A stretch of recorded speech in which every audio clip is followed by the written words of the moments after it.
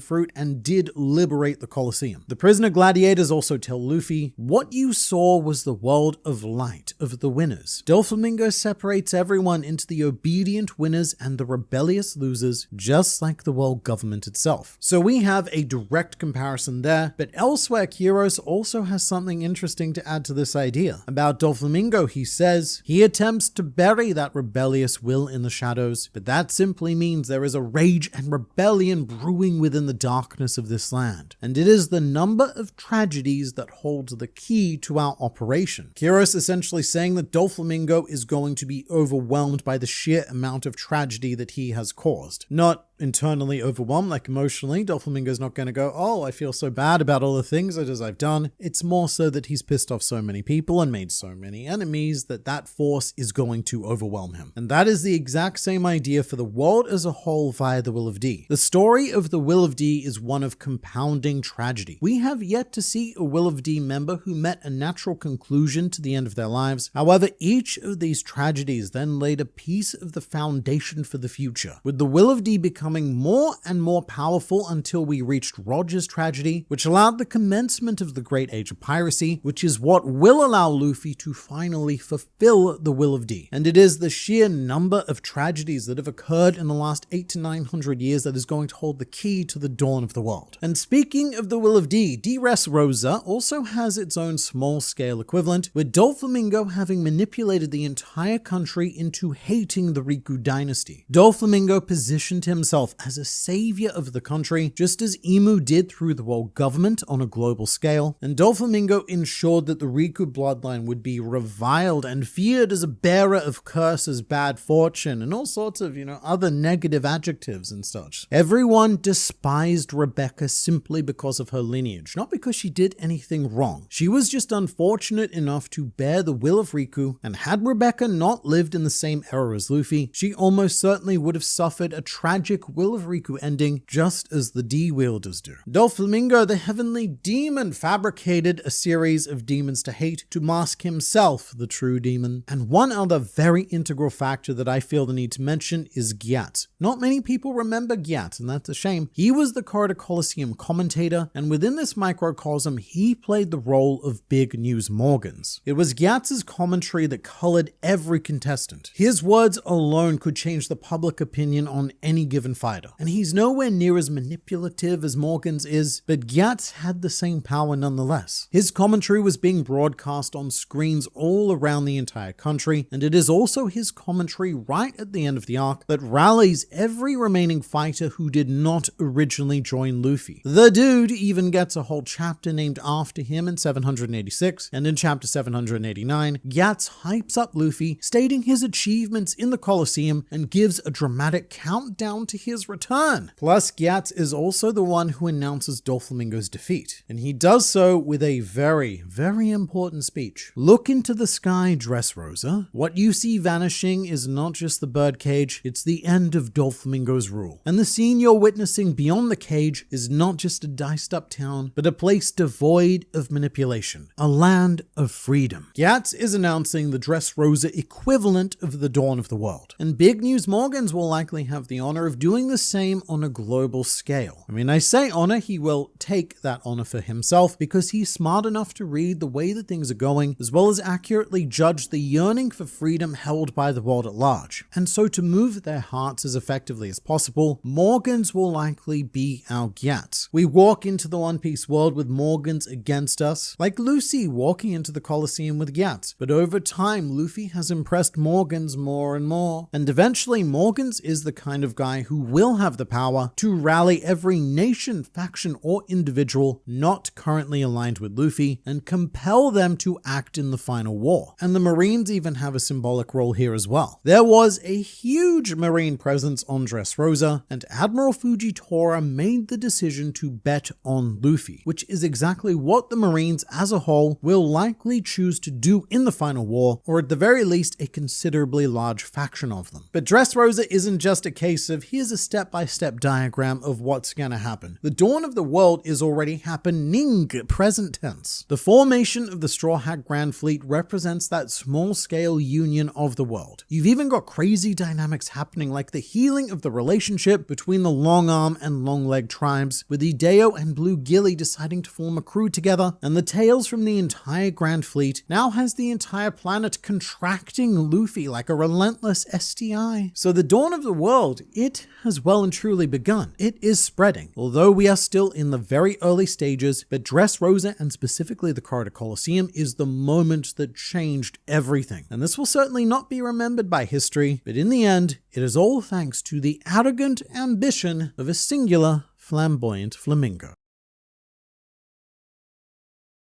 How come we've never seen the face of Massacre Soldier Killer, Because even when we saw his face, we didn't see his face. Look at all of these bandages covering all of that key surface area, and why did he bother wearing them? Well, at this point, Killer was acting as Kamazo the Manslayer, meaning that he could not wear the iconic mask. Otherwise, everyone on Wano would have gone, hey, it's Daft Punk, as opposed to, oh no, please don't kill murder me. Understandable, but why bother covering up his forehead? In fact, why bother wearing the mask at all to begin with? The answer to mask wearing is generally in order to hide something. And what Killer could be hiding smack bang in this here position could very well be a third eye. And Killer could have, and may still be, Eustace Kid's answer to the question of, how do I read cubes to make Pirate King? Kid no understand. Kid have brain challenges. This is a question that I've been asking for quite some time, and not just about Kid either. As Trafalgar Law was on the hunt for some poneglyphs as well, and despite actually having the Will of D, Law didn't have anyone we know of who could translate the poneglyphs for him. And we have Kaido, he was also a collector of cubes without the skills to use them, and I'd even come to question how Shanks plans on using the poneglyph rubbings that he took from the Kid Pirates, given that he also has no one that we know of who can read them. And look, I do trust that he does, and I do trust that Kaido did as well. In fact, Oda's scrapped plans originally included a three-eyed crew member as part of Kaido's Yamato's crew. I was looking for another way to say crew. It didn't happen. But that third eye was supposed to be given to a very big name. At one stage, according to the note on this sketch, Yamato was going to be a three-eyed person as well, which would have lined up extraordinarily well with the desire to become Kozuki Oden, because it potentially would have given Yamato the ability to read poneglyphs just as Oden did. Although I can imagine this being canned for a couple of reasons, most of them to do with series redundancy. The first issue is that an Emperor of the Sea having a three-eyed child that they're relying on is a thread that we had already explored to death on Whole Cake Island, and Yamato may have ended up just being a repeat of Charlotte Pudding. But also, Yamato having that ability doesn't necessarily serve any future purpose, because Momonosuke is the one who is now going to inherit the knowledge of the ancient language from Kozuki Sukiyaki, and if Yamato was ever in serious contention to join the crew in Oda's mind, then that ability would also overlap with Robin's entire purpose. So it just wasn't really needed, although it is fascinating to see what Oda was originally planning. So I give most major powers the credit of having had some plan at some stage. However, most of those plans do boil down to one woman and one dessert, Nico Robin and the pudding. Everyone in the world is seemingly in a constant race to attain one of these two women, and those that aren't are often assumed to be pursuing three-eyed candidates of their own, which is what lands us at Kid's solution to this problem having been his partner killer. I should note that this is not a new idea, not even close. Every character in One Piece wearing a mask has at some point been accused of having a third eye. And not just a mask either, but any kind of forehead obstruction. And a wonderful example of this is the iconic fringe of Miss Buckingham Stussy, as well as her clone, also named Miss Buckingham Stussy, because why would Oda go to such extremes to obscure her forehead when he seems so willing to show every other detail of her body during Egghead Island? Suspicious, yes, and Oda may have even given away the game in chapter 1091, where we have a close-up panel of a Stussy clone with her fringe slightly parted to reveal what genuinely does look kind of like a third eye. And I want to say that it's just some bruising and bleeding, and it probably is, but also it does look pretty crazily like a third eye. And if so, it may explain what her intended role was in the ambition of her former captain, Mr. Roxty Zebek. So there you have it. And just as a fantastic example of how not new applying a third eye to Killer is, take this opening paragraph of a Reddit thread posted 5 years ago titled, "Why I Think Killer is Probably a Member of the Three-Eye Tribe." Out of all of the supernova, Killer seems to be the least intriguing. This isn't about power level. There's just nothing interesting about him. All of the supernova have cool devil fruit abilities except for Zoro and Killer. But Zoro still has a unique ability in the form of Ashura, can use Foxfire style, and also has enema. So the premise of this idea is that Killer is boring, ever so boring, and I would like him to be more interesting. Which is, honestly, not the worst start to a One Piece theory that I've ever seen. Although it is a premise that I would question by pointing out yet again that none of the supernovas were created with a purpose in One Piece. They were cranked out at the last minute to make Sabaody more interesting according to Oda, but for the most part, Oda has done a fantastic job flawlessly weaving them into this world. So much so that I now can't imagine the One Piece world without them. And Killer is an outstanding example. Outstanding usually being quite a positive word, not in this case. In this case, very negative, like having an outstanding payment left on a credit card. We are still waiting for something about Killer. Although his history with Eustace Kid was detailed in an SBS segment about them growing up on the Kutsuku Island in South Blue together, where they both had a crush on the same girl named Victoria Shurutun Dorionaika, whose official English name is Victoria Broth Splatterina, because she spilled curry udon on herself one time and then beat up both Kid and Killer for laughing at her. Victoria then decided never to speak to either of them again, which is a promise that she kept, not by choice though, because she died. Yeah, this story, it gets kind of dark. This little girl, she was killed, which led to something gang warfare. I flippantly do it like that because that's exactly how Oda told us. Then Kid and Killer became pirates, naming the Victoria Punk after their deceased childhood crush, and rather sadly, the Victoria Punk itself is now deceased, and also, for a period of time, both Kid and Killer were imprisoned in udon, the very meal that caused their crush to never speak to them again. So it's been a bit of a rough life for these two, not to mention the smile fruit that Killer had to eat. But look, I've always been a bit annoyed that this history wasn't included in the actual manga manga, but here's why, maybe. If Killer is linked to the Three-Eyed Tribe, then Wano may not have been the best arc to unload this history. And Oda could have been saving it for a more appropriate point in time where we do fully explore the Three-Eyed Tribe, also translated as the Three-Eyed People, or simply the Daisan no Me, with the first confirmed appearance of a Daisan no Me being in chapter 651 with our first look at the whole Cake Island. Now, because I'm old, I remember these things, and initially a lot of people thought that Charlotte Pudding's third eye was a devil fruit ability. And in retrospect, it's a bit odd that we see the eye at all at this stage, because we later learn that Big Mom herself is incredibly creeped out and disgusted by it. So much so that Pudding was ordered to grow out her bangs to cover it up, which happens to be the exact same way that Three-Eyed Stussy theory works, and also the Killer theory, given that, as a child, we see him obscuring his face with a big ol' messy fringe, except Killer took things one step further, hiding not just a potential third eye on his forehead, but all of his potential eyes. You cannot see any of them, which I think makes a lot of sense when we examine the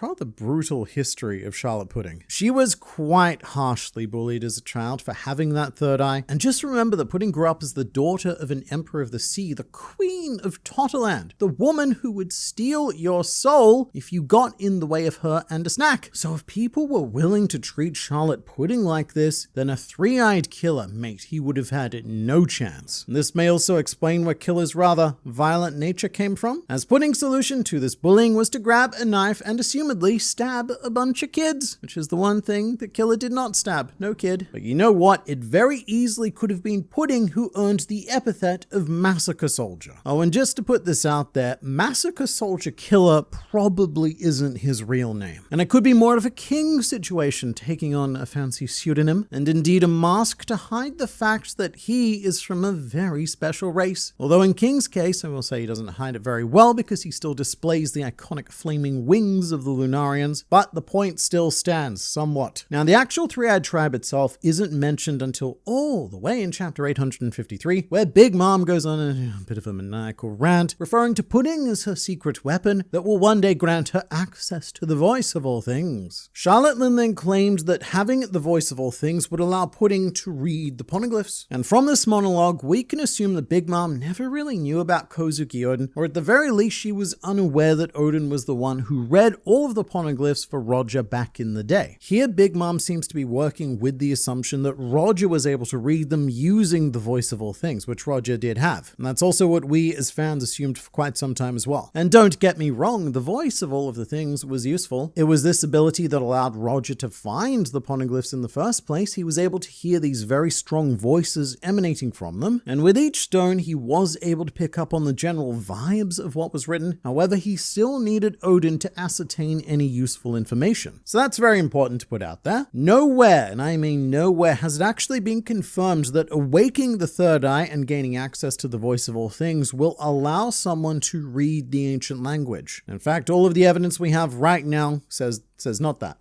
However, narratively, it's something that we still kind of need to assume for the moment, because it is not just a Big Mom who is making this claim. If it was just her, then we might be able to dismiss this as just the unreliable rantings of an obese old woman. However, Mr. Blackbeard has now captured Charlotte Pudding, implying that he too believes her third eye is the key to reading the ancient language. Although I'll also point out that Pudding herself even disputes this idea by saying, "Oh, mama, that's all you ever talk about. I'm just half-blood, remember? There's no guarantee my power will ever develop." And that is exactly what makes me think that it does. We all know that it's gonna, because this is a case of Chekhov's third eye. Oda's not gonna insert this element and then fail to activate it. And speaking of, this brings me to mask theory. I've touched on this briefly in the rest of the video and throughout my time covering fictional pirate events, but mask theory is the idea that major characters do not wear a mask unless they have something relevant to the story to hide. One of the most obvious early examples of this would be CP9 on Water 7. There was a point during that arc where 4 mystery figures were seen invading Galilar before the shocking reveal that the Galilar invaders were actually Galilar themselves, and also the guy from the bar with the horns. A perfect example of mask theory being used for a dramatically potent moment. But it's also quite a versatile device. During Sabati, mask theory was used for the purpose of comedy with Duval, doing the inverse of what Oda used it it to achieve on Water 7, and making us think that Duval was going to be a shocking, dramatic reveal. And it kind of was, but it was a very different kind of shocking when we saw the man it is who he was, who looked exactly like Sanji's poorly drawn bounty poster. And we even have a fantastic example of mask theory with Killer himself. The fact that we only knew Killer by his mask made the Kamazo twist on Wano work, when Oda plonked Killer right in front of us and not a single person was able to tell who he was. So you may think that Killer is no longer subject to mask theory because, man, on the internet we've seen his face, I saw it, it's actually not bad looking. But I would say to that, hold your praise of face, because we really have not seen the full thing yet. During his tenure as Kamazo the Manslayer, a role ended by Zoro after stating, "Here we go with another weirdo," Killer's face was still almost completely obscured the entire time, covered up in bandages with the mouth open because Killer was laughing uncontrollably after having consumed a defective smile fruit. And we were also able to see his eyes, apparently equipped with some very lovely lashes, which Zoro even takes note of when during the fight Zoro states he's pretty. But Killer's nose, his cheeks, his cachetitos, and most importantly of all, his forehead is still completely covered. And this is why I, as well as many others, would propose that Killer is going to be our first example of double mask theory. Oda could be going a layer deeper and fooling us into thinking that we've seen all there is to see of this man before sack whacking us with a mighty three-eyed killer. And this would make Killer's story much more fitting in retrospect, as well as open up some very fun doors for the future. Because Oda's implementation of the third eye is based on two concepts. Firstly, there is the Hindu idea of the third eye, which signifies the unconscious mind. And the opening of this third eye is said to bestow the ability to communicate with the world itself, and even through time to some extent, also granting a degree of clairvoyance and precognition. So that's one very clear inspiration, and also why the awakened third eye in the One Piece world grants the voice of all things. But I want to focus on that last part, the precognition, because if Killer did turn out to be a three-eyed tribe member, then it makes his fight against Basil Hawkins very thematically charged, as Basil Hawkins is a character whose entire power system is based in clairvoyance, as it would make Killer versus Hawkins a battle of the ability to see the bigger picture and who can predict the future the best, which turned out to be Killer. His natural ability was able to overcome Hawkins and his complicated series of card-based fortune telling, although that doesn't confirm that either one of them was superior to the other, because the very last card that Hawkins drew was the Tower, a card which signifies sudden catastrophic change, upheaval, and or destruction, all of which came to fruition, not just to Hawkins himself via Killer, but also to Big Mom and Kaido being defeated, and even further beyond that, giving Hawkins a glimpse of the collapse of the established world order as he knew it. So his card games were extremely accurate clairvoyance. But I should also say that the other factor that Oda took inspiration of would be the Taoist belief that the third eye is connected to a person's memories, which is reflected in Pudding's devil fruit ability, which allows her to directly manipulate her own memories as well as the memories of others. I'm going to be completely honest, I can't tie that one to Killer cleanly at all. I just thought it was worth mentioning. And I will say right here and now that a lot of this video is cope. As I mentioned at the beginning, this idea is entirely hinged on the fact that Killer is a little bit boring at the moment, and I would like him to be more interesting. But the reason why this idea would excite me quite a bit is because we know that Eustace Kid, yes, he's lost his poneglyph rubbings, but if Killer was already, say, an awakened member of the Three-Eyed Tribe, then none of that would even matter if he was able to read the poneglyph rubbings beforehand. So long as he still remembers what they said, the Kid Pirates could still be in the race, or at least somewhat useful and relevant, which at the moment they are not. And from a narrative standpoint, I would argue that for Kid to continue the story in any way, he needs that solid shot of relevance in the same way that Law as a Will of D member has. His very existence is tied by fate to the dawn of the world. So Law having that throbbing D makes him very relevant to the endgame of One Piece. And Kid, at the moment, he does not have that connection. He just needs something. However, if Kid's best friend and platonic life partner, that's not my words, that's how they refer to each other, Killer, happened to be a member of this race that was exterminated by the world government, then that would give the Kid Pirates a solid shot of narrative weight. And it would quite nicely answer the question of how Kid was ever planning on reading the poneglyphs. Although I do have to say that when it comes to Eustace Kid, often these sort of questions don't have hugely satisfying answers. More often than not, the solution is Kid had no plan. But if Oda ever wanted to break that impression and have the kid pirate serve some sort of meaningful role in the final war, then I think that Three-Eyed Killer is a pretty decent idea. But you let me know what you think of all of this in the comments below. And also, originally I was planning on getting a killer mask for this video for all sorts of,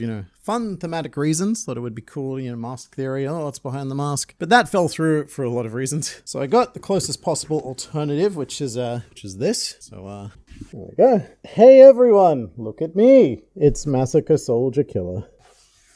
I mean, it was close enough, right? What if Uranus was built in Birka, Enel's birthplace? Just like how Pluton was built in Water 7. That's where Enel got the idea for the Arc Maxim. It's just a low-budget version of the ancient weapon Uranus. He found the blueprints of the ancient weapon, but because they didn't have that much advanced technology, he could use what he could to try and replicate it. So I do like this idea, I like it a lot, and I equally like it for both Birkas. There's two. Remembering that there are two places in the One Piece world named Birka, neither of which really exist anymore, but one of which is the island that Enel was born on, which he then proceeded to destroy, and that's also theorized to have been the homeland of a certain Mad Monk Rouge. Meanwhile, the other is the ancient Moon City Birka that Enel later found during his cover story, the one that appears to have once been powered by a mother flame-like substance that Enel was able to use his devil fruit powers to replicate and bring the city back online. I've spoken about this in other videos, but it is always worth mentioning. All of the Sky People, the Birkans, the Shandians, and the Skypias, they come from the moon, and they traveled to planet Blue Star via fun balloons and created new settlements because the moon ran out of resources for them. And right now, Uranus is much more strongly connected to Birka than either Shandora or Skypia for the exact reason that this smart commenter mentioned, which is that Enel's Arc Maxim is a dollar store ancient weapon Uranus. Still very effective, phenomenal value for $1, but it's not the real deal. And I think it's highly unlikely that Enel's Arc Maxim was an original design. I mean, if so, then he needs much more credit for being an engineering genius. And you know what? Even if Enel was just building according to the plans of Uranus, he is still an incredible craftsman, because I remember the first time that Frankie saw the blueprints for Pluton, he wasn't even sure that it was physically possible to construct. And because Uranus is directly powered by the Mother Flame, and we have evidence of a Mother Flame-like substance powering Birka, it just makes sense to connect the dots together, like this. Whether it was created on the moon city of Birka or during the Void Century on the Sky Island of Birka. And it's also been noted that a vessel that looks suspiciously like the Arc Maxim does appear in the Elbaf mural, although it is very difficult to say whether the ship is ascending or descending, and there does appear to be some sort of colossal burst of lightnings coming out of it. And it sits in an incredibly awkward spot on the mural, somewhere between the first and the second worlds. To the right, you have the Serpent of Hell Flame mentioned in the First World Harley text, and to the left you've got the great tree of the forest god in the Second World, and it almost seems like the Ark is attacking that there tree. It's also getting caught up between the fighting of the two silhouetted creatures. So here is a weird cyclical idea. Maybe the Ark was built on planet Blue Star to escape the wrath of the Earth god in the First World, because at the end of the First World it was an apocalypse. The Earth god won and condemned the planet to darkness. So perhaps the survivors packed up and they went up to the moon. So some people built an ark and they fled to the moon, perhaps starting the ancient civilization, and with the Mother Flame that they may have mined from Blue Star. But sometime during the Second World, these moon resources would run out. Perhaps the Mother Flame would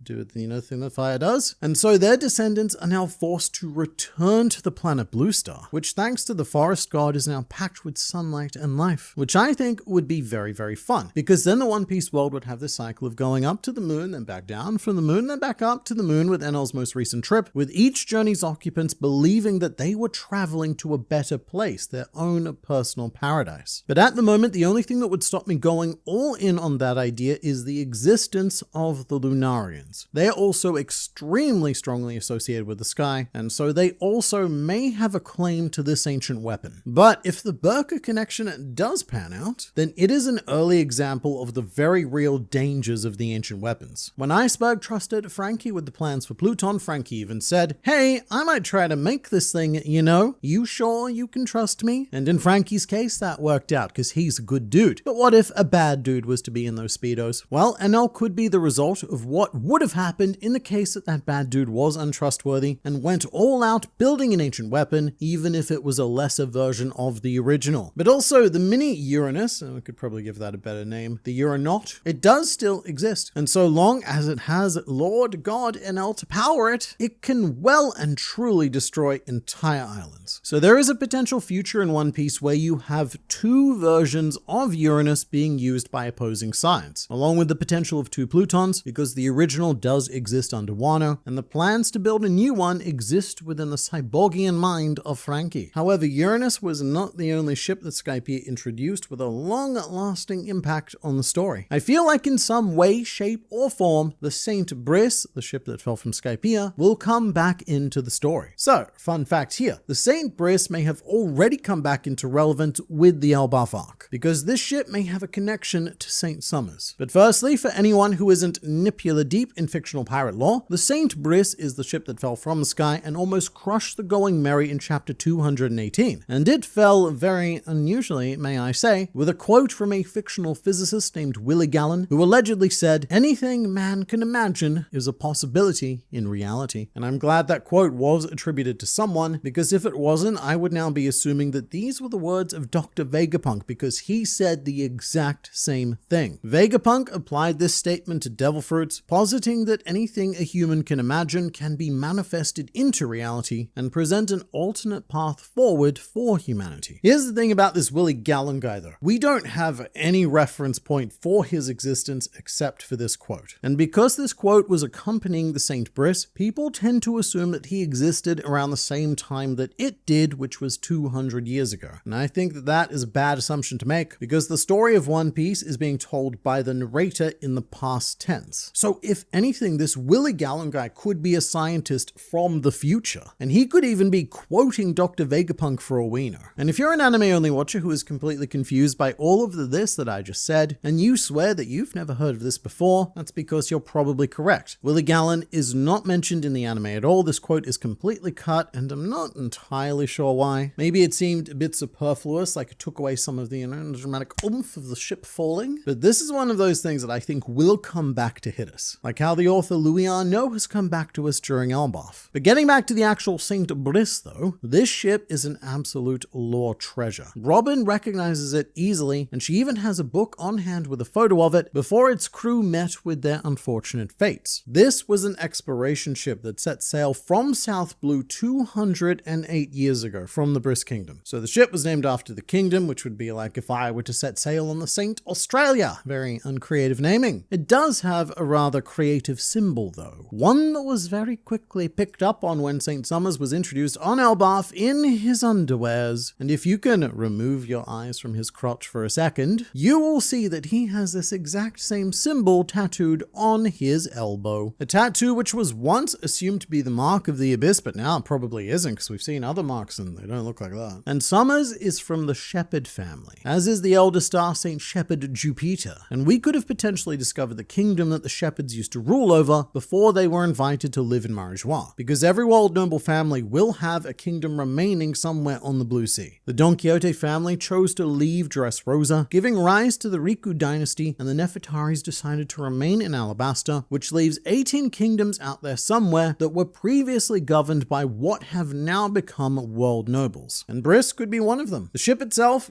does look quite wealthy, and in which case it could even be argued that it's a good thing that the ship never made it home, because if it did, then Skypiea's location and how to get there may have found its way to the world government. And speaking of its fate, once the Straw Hats arrive on Angel Island and commit a series of crimes, we discover that the Saint Briss was in a similar situation 200 or so years ago, and their punishment was to be sentenced to cloud drifting, which is definitely not as pleasant and fun as it sounds. Cloud drifting is where a ship is placed onto an island cloud with no way off, and they just float through the sky until the entire crew starves to death. However, I would say that most of the crew of the Saint Briss didn't live long enough to starve to death, as when the Barrel Trio go salvaging, what they find is a ship packed with corpses, almost all of which have been skewered by something sharp. Harpoons in the neck, harpoons in the head, not even this picture of a person was safe as she got mini harpooned, and also all of the treasure aboard the ship had already been looted. The chests were all empty and there was nothing of any traditional value. All that was left behind was a very cryptic feather, which I think may imply that the Saint Briss was found and attacked by the Shandian tribe 200 years ago, who do patrol the White and the White Seas, scavenging what they can to survive. So I actually don't quite know what to say here. Luckily, the crew were killed instantly because it saved them from starving to death. But with cloud drifting, it's an interesting practice because something very similar can happen at the very lowest level of the sea. It's not a punishment that Fishman Island inflicts, however, it is a phenomena that we have knowledge of. Brooke mentioned that the deep current flows extremely slowly near the ocean floor, and if you do not escape it in time, then it will be 2,000 years before that ship sees the light of day again. So actually, the 200 years that the Saint Briss needed before it was discovered was quite quick in comparison. And to this day, what I would love to see at some point is a ship emerging from these deep currents. A ship that first entered 2,000 years ago. And we would get a glimpse into what the world was like during that period. Because we're learning an increasing amount about the Void Century, which was close to 1,000 years ago. And we've also recently discovered that ancient lab on Elbaf, which was estimated to be 3,000 years old. But there's a pretty big gap there. And I want to fill that gap with some hard, throbbing lore. And on that note, another little gift that the Saint Briss gave us, which is noticed by almost no one, but in the background of this panel, you can see a map of what I am assuming is South Blue. But you can also clearly see the red line, the ground line, and the calm belt, meaning that there's also part of East Blue pictured in this map. And this is a pretty big deal, because one of the frustrations with One Piece is that there is no official map of the world. And you know what? If there was, then it would make Nami's dream pointless, so that's probably why. But we do have a sketch from Oda from back in the early days, however, there is no canon series map. Everything that you might find online is fan-made. So this map on the wall of the Saint Briss is actually the closest thing we have to an accurate depiction of at least part of the One Piece world. But in the end, the story of the Saint Briss is another key victim of the fate. Its crew had to be condemned to cloud drifting so that approximately 200 years later, their remains could fall onto a rubber buoy at just the right time in just the right place and result in the sun god ascending to the sky. Wiper, as a god's guardian, really showing off his left arm tattoo, is drawing some strong parallels with the Holy Knights and their abyssal marks. I can definitely see what you mean there. The last time that we got to catch up with the Sky People was actually surprisingly recently in chapter 1121, where we see Conus and Isa bringing Wiper's group some food from the Pumpkin Cafe. Delightful. But the last time that we saw these guys properly was on the cover of chapter 648, where it is revealed that Wiper, Kamakiri, Genbo, and Graham have become the Skypiea version of the Holy Knights, known as God's Guardians. And Mr. Wiper does have a very prominent tattoo on his left arm, and also they do serve a god about 10,000 meters above sea level, much like the Holy Knights do, residing on top of the red line. However, Wiper has had this tattoo for as long as we've known him. Although it tends to look a bit different in the anime, animating tattoos is quite difficult, so it often ends up looking different and a bit inconsistent. And in fact, there's this notorious fun fact with Nami, where often she's not even depicted with her arm tattoo anymore, because, I don't know, it was tricky. But to me, Wiper's tattoo looks a lot like a steering wheel from a ship. It feels very, piratey, which you wouldn't think is in line with the Shandian tribe. However, it is also very sun-coded. All throughout the world, there's been various civilizations that have been represented by some form of sun symbol. Alabaster's national flag is a sun. The center of Kuma's church is a sun. The Kozuki family crest have a little sun within it. The very same crest that you can see on the shield of Nika and or Joy Boy in the Elbaf mural, by the way. All of these societies that have been closely aligned with Luffy were also closely tied with the Great Kingdom and just so happen to have a sun symbology. And so I think that Wiper's tattoo could be a cultural remnant from Shandora's allegiance to Nika and or Joy Boy, especially being similar to the steering wheel of a pirate ship because Joy Boy was the very first pirate, and so we could have some connection there. And something else I really like about God's Guardians is that they all have these matching black coats. They look pretty amazing, and I suppose what they've done concern now is they've all entered into a Shallow's covenant with Gunfall. The sky people of One Piece wouldn't know the sea, so they'd always call a sea god a rain god. That's always been my headcanon. Right, so this is in reference to the difference between the Shandian sacrificial ritual and what's written in the Harley text on Elbaf. The two of them agree on 3 out of the 4 gods that we know about. The sun god, the forest god, and the earth god. They are all mentioned in both. But where the Harley text identifies the sea god, the Shandian tribe identify the god of the rain. And initially this seems like it makes a fair bit of sense because the Shandians, they live in the sky. There is no sea. And that's quite accurate, except for 3 things. 1, there is a sea. 2 seas actually. It's very greedy, as they refer to the White Sea and the White Sea, as their islands are surrounded by the White Sea and the White Sea. Secondly, since they live above the clouds, the sky people likely wouldn't experience rain anyway. Thirdly, each and every one of them is aware that a blue sea exists because they refer to all of the travelers as blue sea dwellers. And finally, and I think this is a big one, during the flashback of when the rain god is mentioned, Shandora is still on the blue sea. It's part of Jaya and has yet to be shot into the sky. So I don't know if the whole they would have worshipped rain instead of sea argument holds up that well. Still, I'm sure there's a good explanation somewhere, and that explanation may very well be that Oda originally intended for it to be a rain god, but then changed his idea to the sea god when he came up with Emu and everything, because I could see a version of One Piece where the world became this way due to a relentless plummeting of rain that plagued the planet for a void century or so. And what these gods need are actual names, because we do know the name of at least one of them, the sun god Nika, and the others almost certainly all have names as well, which may even have been foreshadowed during Fishman Island when we met our very first Nika, one of the Medaka mermaid quintuplets, and they were named Ichika, Nika, Sanka, Yonka, and Yonka 2, which basically translates as 1, 2, 3, 4, and 4, 2. And look,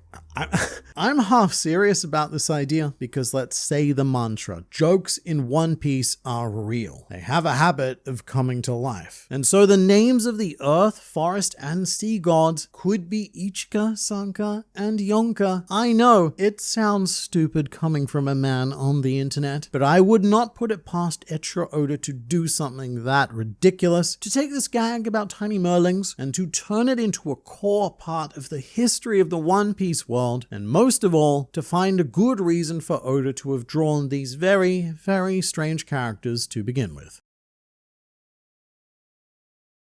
In the One Piece world, Dr. Vegapunk confirmed that the human soul weighed 21 grams. This was a line that was thrown in and forgotten by most. However, it explains Roger's reliance on the concept of mass in the fight against rocks, as well as why Loki was the only person in the world capable of defeating King Harold, and most importantly, how Emu's ability functions by spreading fragments of his soul into vassals. So this general idea is something that was brought to my attention in a video by Daxasake. Great channel, and there will be a link to the video in the description, which is a wonderful starting point, but I do think that this idea goes a lot deeper. Chapter 1072 of One Piece is titled The Weight of Memory, and it features Vegapunk stating to Bartholomew Kuma that a scholar in West Blue once said that people lose 21 grams of weight after they die. In other words, that is the weight of the human soul. And this number wasn't just plucked out of nowhere. Eiichiro Oda almost certainly took this concept from a real-life experiment conducted in 1907 by a man named Duncan McDougall, who hypothesized that firstly, the soul is real, and secondly, as a result of being real, it can indeed be measured and quantified, which is where this 21 grams number comes from, because this 21 grams, it was the result from Duncan McDougall analyzing his subjects. Or actually, I should say subject singular, because it's important to note that this was a heavily flawed study and is now considered to be pseudoscience. In reality, McDougall examined 6 human subjects, and only one of them lost weight after death, which was 21.3 grams, whilst the other 5 exhibited no change whatsoever. And several other scientists have since tried to replicate this,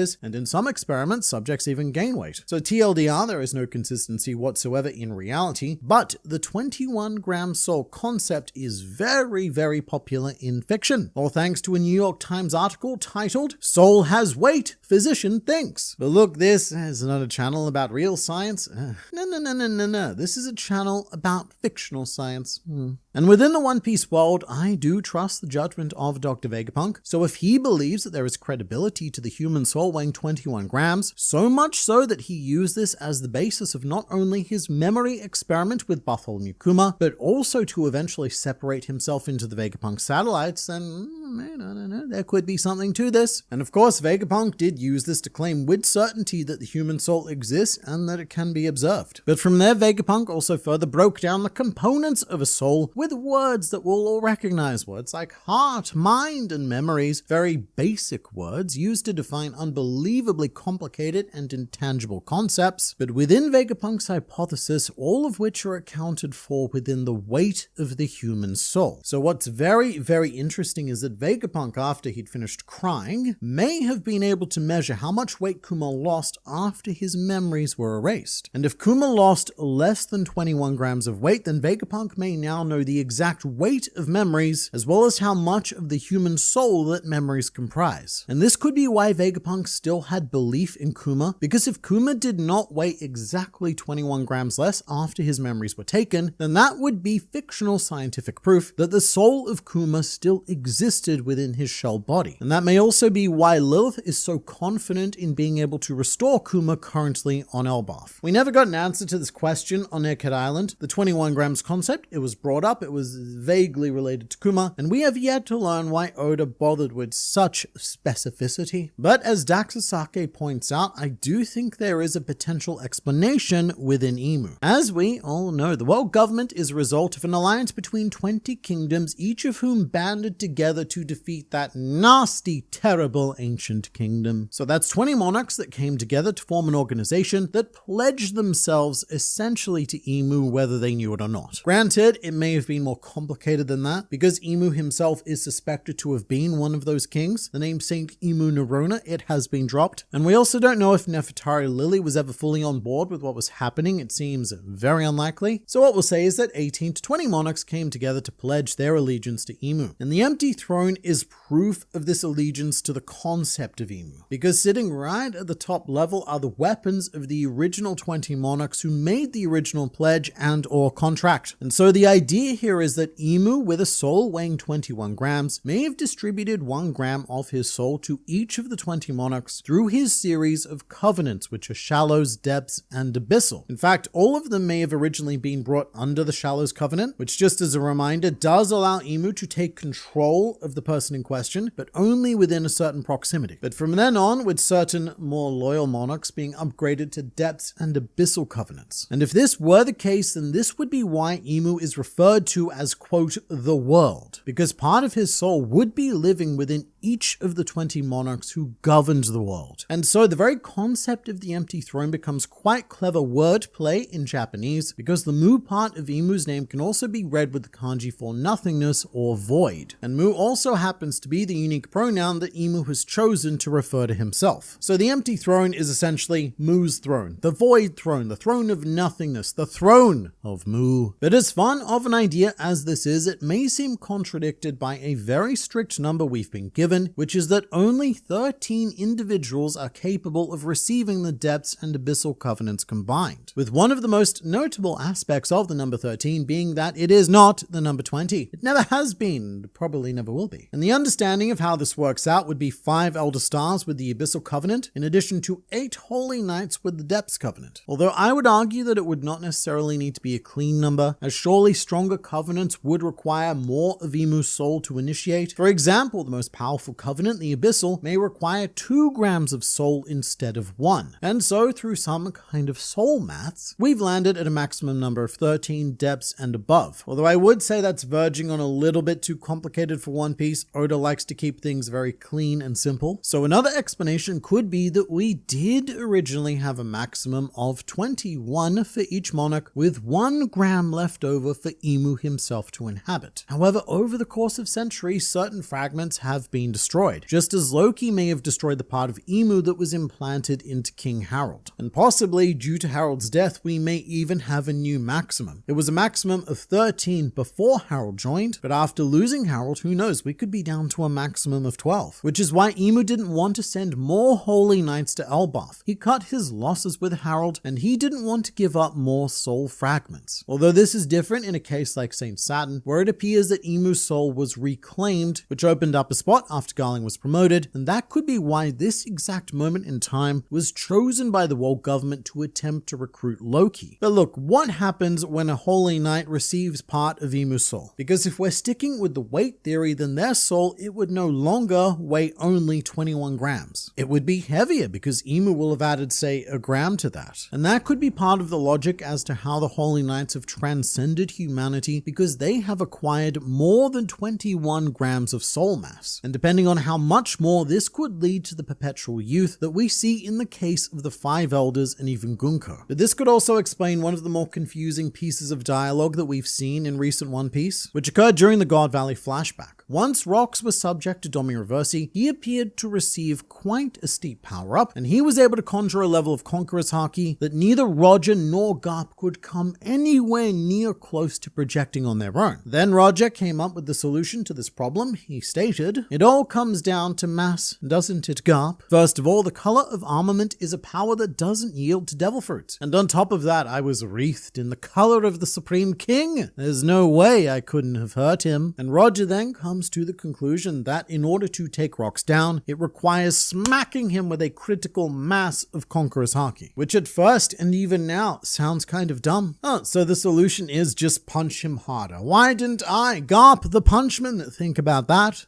That's very much what it looked like. However, if we were to apply the concept of the weight of the soul to this, then this situation, it changes quite radically. Because Roger doesn't say that it all comes down to Haki. He specifically uses the word mass, which I suppose I should say is not the same thing as weight. Mass is how much matter is contained within any given thing, and weight is that given thing subject to gravity. However, mass is measured in grams, kilograms, and so on, whereas weight is measured in newtons. So when Vegapunk says that the human soul weighs 21 grams, what he could be saying is that the mass of the soul is 21 grams, which becomes very relevant when mid-historic fight battle, Roger brings up the concept of mass and links it directly to the soul via Haki. Now, here's where numbers. During the climax of the God Valley incident, Rox Diesbeck was under the command of Domi Reversi, and going with the Emu soul theory, I would posit that part of Emu's soul was non-consensually inserted into Rox, meaning that the soul within his body weighed more than 21 grams at the time. It's hard to tell exactly how much more. However, Roger and Garp individually only had a maximum of 21 grams to work with. So if the total of Rox's soul at this point weighed even just 22 grams, then it would not have been possible for either Garp or Roger to take him down ever. Even Roger, years later in his prime, would not have been able to, because he could not access a quantity of mass higher than 21 grams on his own. And so Roger proposed to Garp, not like that, but Roger proposed that he and Garp combine their soul mass via Haki to overcome Rox, who had surpassed the human maximum, and that worked. It was very simple maths, and funnily enough, in this chapter, we are also introduced to Polo Gram, whose name is spelt Guramu in katakana, which is the English word gram. At the time, I thought that this was a play on the word hologram, and it still might be. But given how much mass was on Oda's mind in this chapter, it would not surprise me if he just gave Polo Gram a name based on mass. And it could also be that clashes of Conqueror's Haki in One Piece comes down to who accesses the most mass. And if that number is equal, like let's say that Luffy and Kaido both attack each other with 15 grams of mass apiece, then they collide in a completely equal clash and it results in a sky split. However, we actually have a second example to get into because it's not just Rox that we have had to deal with. The end of the Elbaf flashback featured a very similar but distinctly different situation, with Shanks and Scopa-Gaban teaming up against King Harold, who was being commanded by a Depth's Covenant, except in this case Shanks and Scopa-Gaban together were not enough and they needed Loki. Not just Loki either, they needed him to eat the legendary devil fruit and wield Ragnia. We'll get to those in a bit. But one reason why Shanks and Scoba, both world-class Conqueror's Haki wielders, even together could not overcome Harold is that 1, they may have been unaware of the concept of mass and so they did not try it, or 2, not even their combined mass would have been enough to stop Harold with a Depths Covenant. That initially makes sense because Harold was not being controlled by Domi Reversi. He was engaged in the contractual Mark of the Abyss, and so Harold could have been granted even more mass than Rocks, with Emu having to make a larger investment to secure that covenant. However, it's also at this point that we need to ask the question of, do giants even have the same soul mass as humans? As far as we're aware, this experiment was only conducted on human subjects, so could a giant soul actually weigh more than a standard human? Because when Harold died, Emu, he was distraught. He stated that Harold was nothing short of a monster, and he could not comprehend anyone capable of bringing him down. And if Emu is going with the soul mass, then who could possibly stand up to the mass of a giant warrior combined with the mass granted by Emu? It's just too massy. But if so, that is why Loki may have been the only solution to the Harold problem. Scopa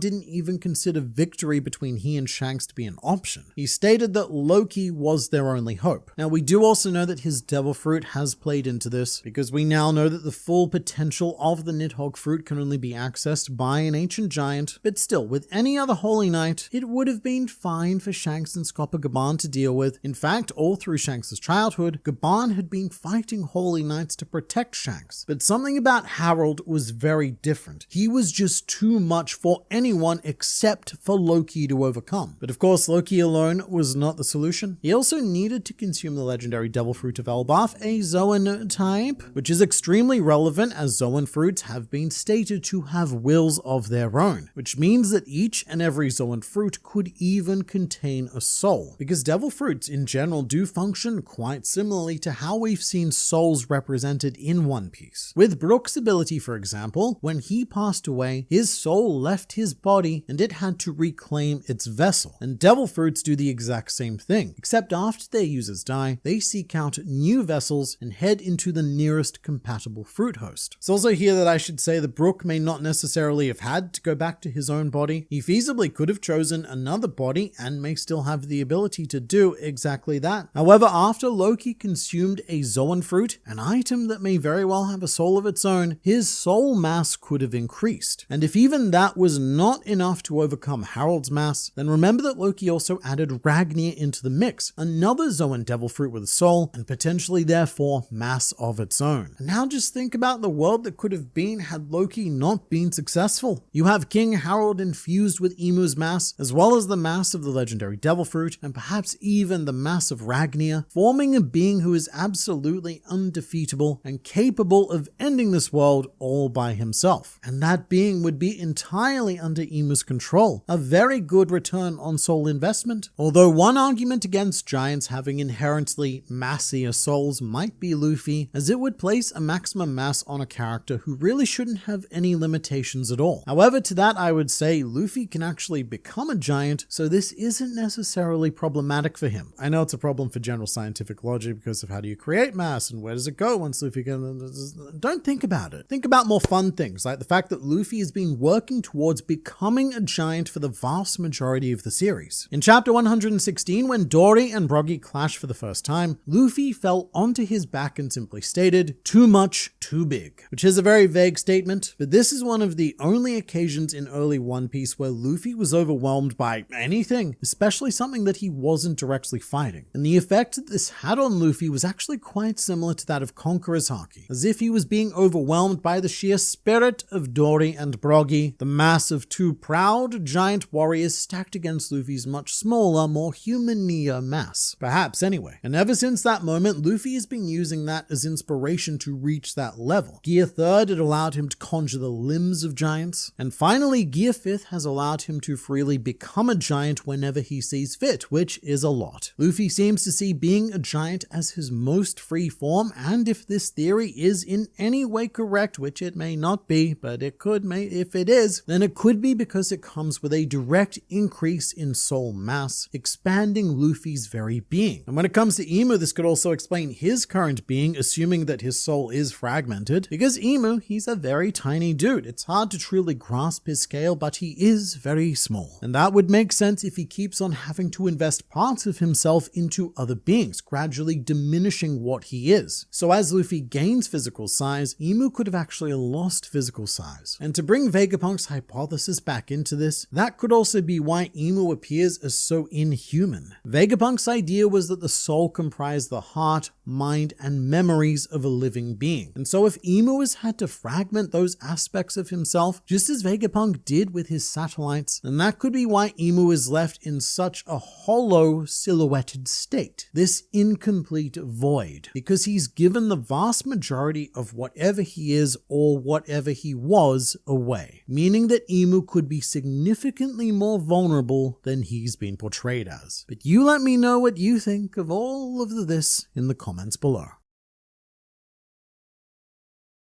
Ace has a connection to Elbaf, as does his devil fruit. You see, when he was stranded on the island of Sixus right after setting out to sea, he and future best buddy Master Deuce stumbled upon the wreck of a giant ship that originated from Elbaf. This ship is old, the ship had mold, and the ship contained a very special fruit-based treasure, which Ace went on to eat, and then the rest of the story happened. We know how Ace's story played out. It's, not well. And we have actually known about his history with this Elbafian vessel for a while now, because it definitely predates the Elbaf arc, but after having spent a lot of time diving into the culture of the giants, the fact that they seem to have been the original keepers of the Mera no Mi raises more eyebrows than I previously thought I'd had access to. A devil fruit that turns worshippers of the sun god into a kind of literal sun. A fruit that was conveniently lost to history until it was found. It became not lost by just the right man at just the right time.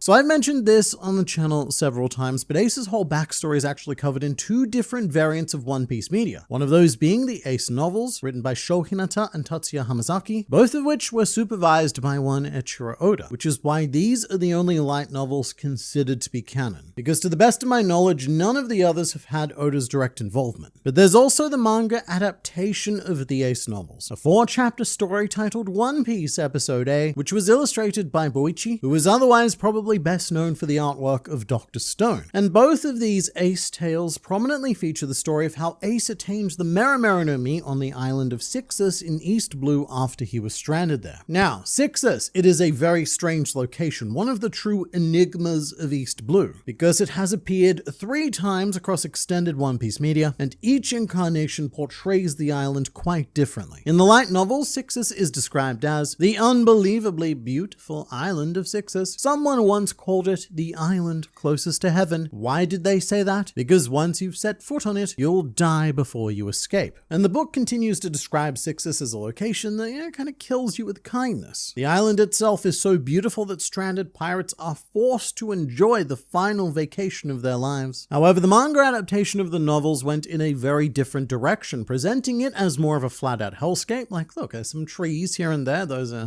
nice. But the vast majority of the island is this desolate rock that extends up into the heavens, referencing the novel description of this island being the closest to heaven. And this big old rock thing, it also happens to be hollow and hiding a very important secret within it. 2 secrets, actually. And those secrets make Sixus quite possibly the most significant location in all of the East Blue, but look, we're gonna get to that. Firstly, I'd also like it known that Sixus does appear in the Netflix live-action One Piece. It's in episode 1 of season 1, and this is the location where Zoro killed the original Mr. 7 of Baroque Works. It's also mentioned earlier by Alvida. One of her crew members says, yeah, Zoro's booked passage to Sixus, or something like that. So in the live action Sixus, it does seem like a more unremarkable island. You can go there, and if you do, good on you, I suppose. Nothing happens. However, nothing is not what happens in the manga, because this version also expands on how difficult it is to leave Sixus. It states that the whole island is surrounded by very peculiar sea currents that just keep dragging you back to shore. So even if you built a ship, even if you built a giant ship and were a giant, you still wouldn't be able to escape without some other power to help you. And also, I don't know if this was intentional, but in the light novel, there's a very interesting line by Masked Juice, who is the man who got stranded on Sixus with Ace at around the same time, and he says, "My ship was wrecked in the last storm too. It went down as a donation to Davy Jones." And after the year that is/was 2025, I think it'll be was when this comes out, this can no longer be overlooked as a piece of, simple pirating flavor. Novel A, it was released in 2018. We hadn't even started Wano, and in fact, we hadn't even heard the name Rocks yet. However, Rocks would be first mentioned about a month after the release of Novel A in chapter 907, although the name was originally translated as Rocks, R-O-X. But because this novel was supervised by Oda, you just have to wonder if there was some more purposeful foreshadowing here. At the very least, it's another one of those fun threads of fate. Obviously, Ace's story is heavily characterized by his conflict with Blackbeard, the son of Rocks Dizabek and the descendant of Davy D. Jones. So even if this was unintentional, part of me does really like that Ace was being assaulted by the will of Davy from the very moment that he set out to sea. All right, let's get to the secrets. In the episode of A manga, Ace and Masked Juice discover something pretty damn wild, which is that within the hollow rock exists the colossal wreckage of what is clearly an Elbaf vessel. And this generates so many questions on its own. The first is that from how it looks, the positioning and such, this is not a ship that got here by being sucked into the currents of Sixus. The vessel looks like it actually fell from the sky and unfortunately collided with the very jagged center of Sixus. And this ship, it is extremely old, which is most evident from the degradation of the giant sword that's been lodged into the deck, a sword which Ace later uses to smack a bird in the head, causing it to crumble instantly. The sword, not the bird. So it is very possible that this vessel was used by giants from the Void Century or even prior. And the only reason why the world government hasn't erased it is because nobody can, actually get to the island of Sixus to discover it. No one wants to go there, and even if you got close enough, the island, it looks very unassuming from the outside. And while Ace and Juice obviously find no food aboard the ship, not all of the vessel's possessions are on board, as later when Ace finds the aforementioned big bird, the bird spits out an ancient treasure chest which is adorned with devil fruit swirls, and this is the chest that contained the Meramera no Mi, the flame fruit. The implication here being that this fruit was in possession of the giants of Elbaf, who were transporting it for whatever reason, but then, oh no, some sort of tragedy. It struck, and the fruit was rather fatefully lost to the world. And it just so happened to end up on a quiet island completely isolated from the outside world, and it just sat there waiting for its intended user, who would become stranded on the island centuries later. And Ace consuming this fruit would set into motion a series of events that would ultimately trigger the dawn of the world. Although this could have very easily gone in a very different direction. Firstly, if the chest wasn't good enough, that bird would be the user of the Meramera no Mi right now. It ate it. But secondly, on the verge of starvation, Ace and Masked Juice, they split the fruit in half and they consume their respective pieces under the brilliant rays of the sun. However, because Ace ate his piece of fruit first, he is the one who ended up with the devil fruit abilities. That is how magical fruit science works, apparently. First come, first serve. And so all Mr. Masked Juice got was the foulest tasting meal that he had ever had. And I assume that it wasn't much better on the way out either. No one really talks about this, but I cannot imagine that excreting the powers of the devil is particularly pleasant. But TLDR, Ace did get the magical fire powers. And one of the things I love about the Boichi manga is that the first time that Ace uses his powers, he just spontaneously combusts without realizing it. And once Ace takes proper command of the flame powers, Boichi draws him in this godly pose where if we did not know that Luffy had inherited the sun god powers, I would 100% believe that Ace was the sun god in this moment. So what have we got here? A group of ancient giants who worship the sun god Nika with a treasure, a fruit that could feasibly turn someone into the incarnation of a sun god. At least that's what Haruden would have thought, because he entered the Corridor Coliseum on Dressrosa to consume the Meramera no Mi when Doflamingo announced it as a grand prize. At the time, Haruden saw attaining this devil fruit as necessary to achieving his ambition of becoming king of the giants. However, I doubt that Haruden would have known that this fruit has potential history with his people, because even though the Void Century, it's what, about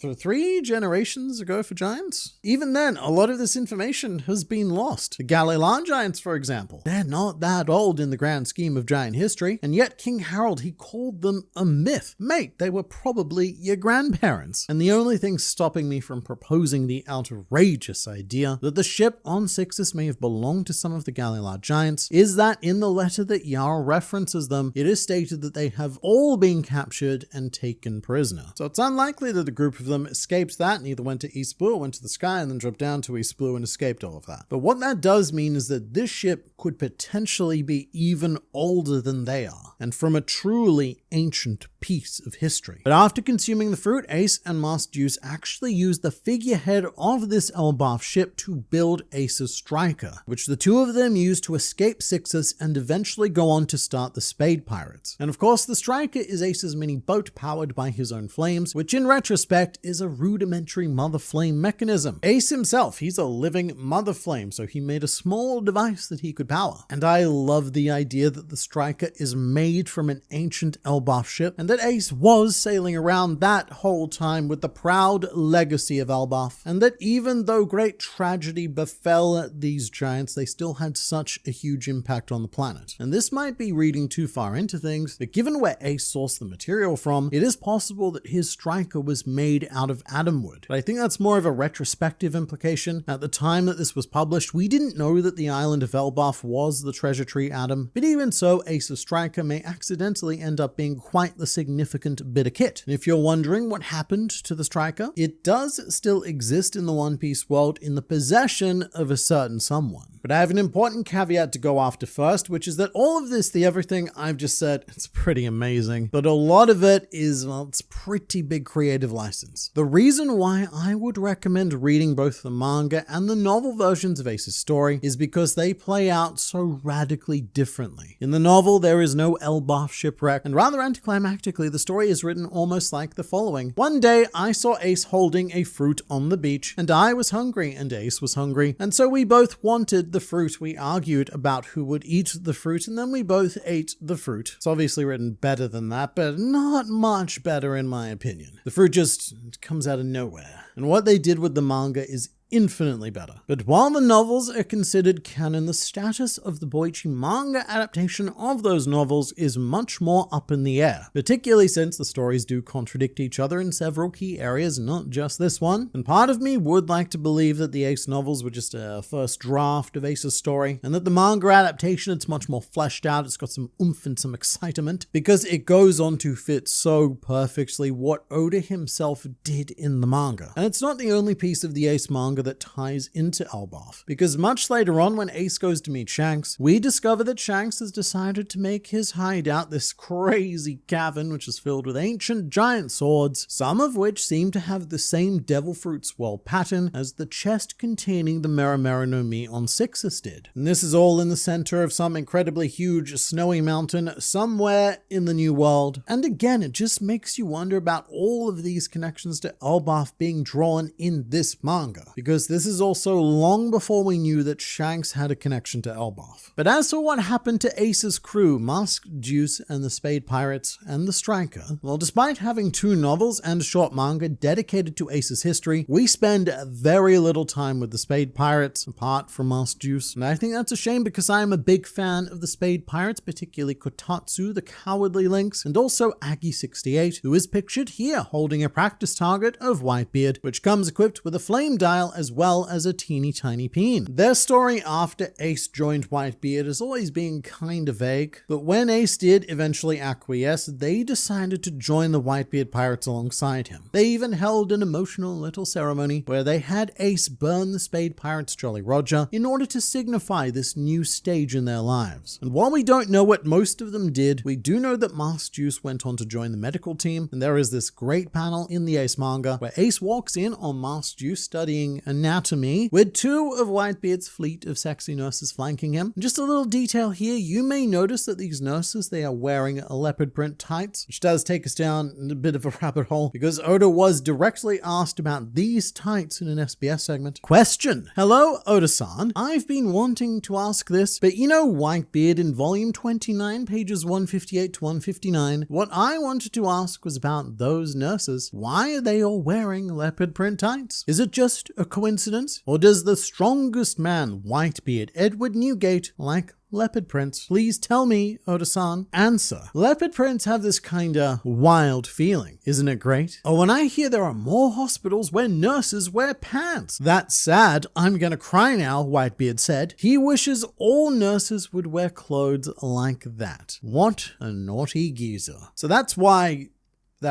But also more things. The nurse on the right of Master Juice, I believe that her name is Tate. We first see her in chapter 234. She is the blonde nurse tending to Whitebeard's left arm, although weirdly enough, she's the only one of Whitebeard's nurses who has a name, which was revealed as part of a deep lore section of the One Piece Vivia Card databook, and I suppose that's because she's the only one who has a speaking line. When Tate tells Whitebeard that he's had enough of the alcohols for the day, Whitebeard replies, "Shut up! I'll tell you when I've had enough, you insolent yet sexy nurse in your leopard print tights." And these nurses, I told you this was going to be a rabbit hole. These nurses once caused great concern within the One Piece fanbase. When the Whitebeard pirates arrived at the Paramount War to do, the fighting, there were a lot of fans at the time who were dedicated to looking out for these nurses. But alas, there was not a nurse to be seen. And Oda answered why this was in a subsequent SBS. So back when the Whitebeard pirates made their first appearance in volume 25, there were female nurses on board. These lovely ladies were actually the Whitebeard pirates' official medical team. However, due to Whitebeard's own set of morals, he never allowed women on board his ship as fighters. Which, side note, except for Whitey Bay, who was actually part of his crew during the Odin flashback, but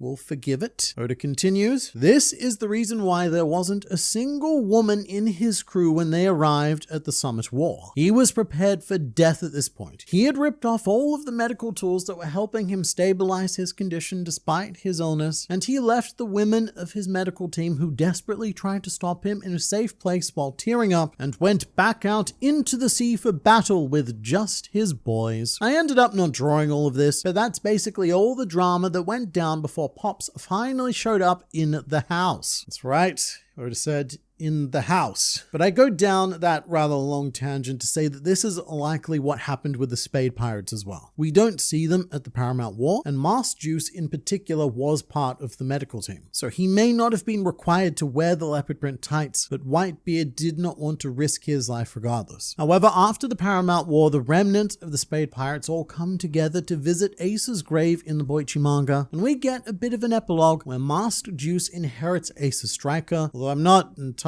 sure how he's powering it, but sure, he's doing himself a sale, and he then accepts a job working for Big News Morgans as a reporter. And this is on the stipulation that he mostly wants to write about Ace's brothers Luffy and Sabo. So that's pretty big. It comes with the potential that a lot of the articles that we have read about Luffy and Sabo in One Piece may actually be the work of Master Juice, who is following Ace's brothers to continue the legacy of his captain. There may even be a world where Master Juice is responsible for the rise of Sabo being known as the Flame Emperor because he is fully backing Sabo. And perhaps it was also Juice who had something to do with the article of Luffy being labeled as the 5th Emperor following Whole Cake Island. So he's one of those characters, by which I mean a guy who's never actually appeared in the manga, but someone who exists in the background of One Piece doing very, very important things to support us. And I don't know how realistic it is, but I would love for Master Juice to one day either meet Luffy or Sabo or both, and to, maybe just tell the story about how one day he and Ace stumbled upon an ancient giant vessel, ate terrible tasting fruit, became a sun god sort of, then did more things, and just expand upon the life of Portgasty Ace.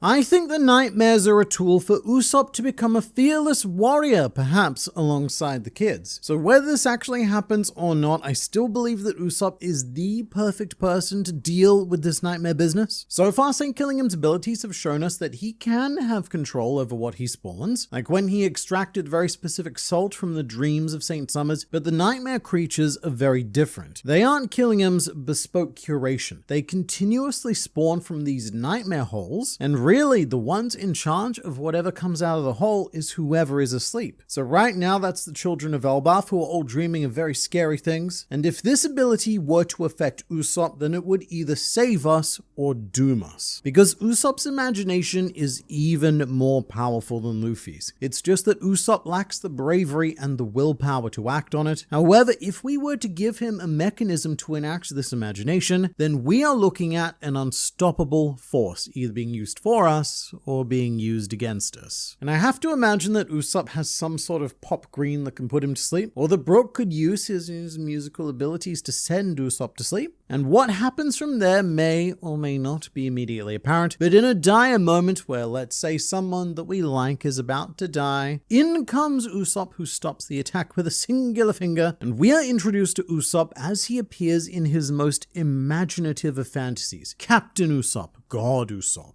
And this is pure fan fiction at this point, but I would love it if the Giants didn't even realize that this was a dream brought to life. That they saw this dream Usopp and believed that it was the real Usopp. With Usopp then having another statue being built in his honor, being hailed as the hero of Elbaf, and perhaps even joining Elbaf's pantheon of gods. And then at some point, perhaps 1,000 years into the future, Giants may be worshipping the god of lies who stepped in to save Elbaf in its most dire of hours. Or better yet, maybe the adults do recognize that this is a dream, but the children, they think it's real and they start looking up to Usopp. I mean, literally looking down, but metaphorically looking up to him as some sort of paramount symbol of bravery. And I keep going on about this because I really do not think that there will ever be a better chance to use Usopp at this scale than right here and now. This is an opportunity for Oda to draw Usopp wielding a genuine 10-ton hammer, or to see his 8,000 loyal men summoned to fight on his behalf. And in fact, each and every single lie that Usopp has ever told in the series could be drawn by Oda thanks to Killingham's Devil Fruit ability. And it would be great because we could do that here, but in the final war, we won't have this. And then that will be Usopp's crowning moment to finally achieve his dream on his own. That's my dream for Usopp anyway. If we're going to unlock the power of nightmares, then there is no character more haunted by absurdities than Usopp. No one more capable of pushing Killingham's Devil Fruit to its limits. I just don't think it'll happen. I think we'll be very lucky to get one decent Usopp moment during this arc, but I shall continue to dream. I doubt Harudin has any idea how weak Usopp is. He probably thinks Usopp is just as strong as Luffy and Zoro, and not just got respect, knowing it was just one did Usopp achieve. What did that turn into? I think I get the general idea though. But look, I don't know if Harudin or many of the other giants view strength in that sort of way. There are a faction of giants that do. Earlier on in the arc when we did the whole Road Legoland stuff, it revealed that Road's philosophy, at least at the time, was that the giants, they need to be strong, punch strong. But there is a whole different sector of Elbafian philosophy. Because sure, the logic for this argument would be that Harudin was the one to raise Usopp into the air on Dressrosa and catapult him into godhood. But Harudin also saw exactly what happened with Usopp, Sugar, and Treble. He knows that Usopp did not have the raw power to stop either of them, but what Harudin saw is that Usopp had the bravery required to solve the situation regardless. It wasn't a big strong punch that ended up freeing all of the toys. It was decided by a moment of bravery by the physically weakest person on the entire island. And that's what I believe the giants recognize more than anything. Dory, Brocky, Oimokashi, and Harudin all greatly respect Usopp because he is the Straw Hat crew member who has the heart of an Elbaf warrior. There's plenty of people in this world who have the power of a giant, and even far beyond that, but they don't necessarily have the spirit of one. And it could also be a blend of both. Elbaf giants may not necessarily see a distinction between spirit and physical power, so they could very well see Usopp as being on the same level as Luffy, Zoro, and Sanji. And when it comes to reliability, Usopp generally has quite a lot of that. Luffy has 100% faith in Usopp to accomplish anything, and Usopp has a very different type of strength, which is what Sanji identified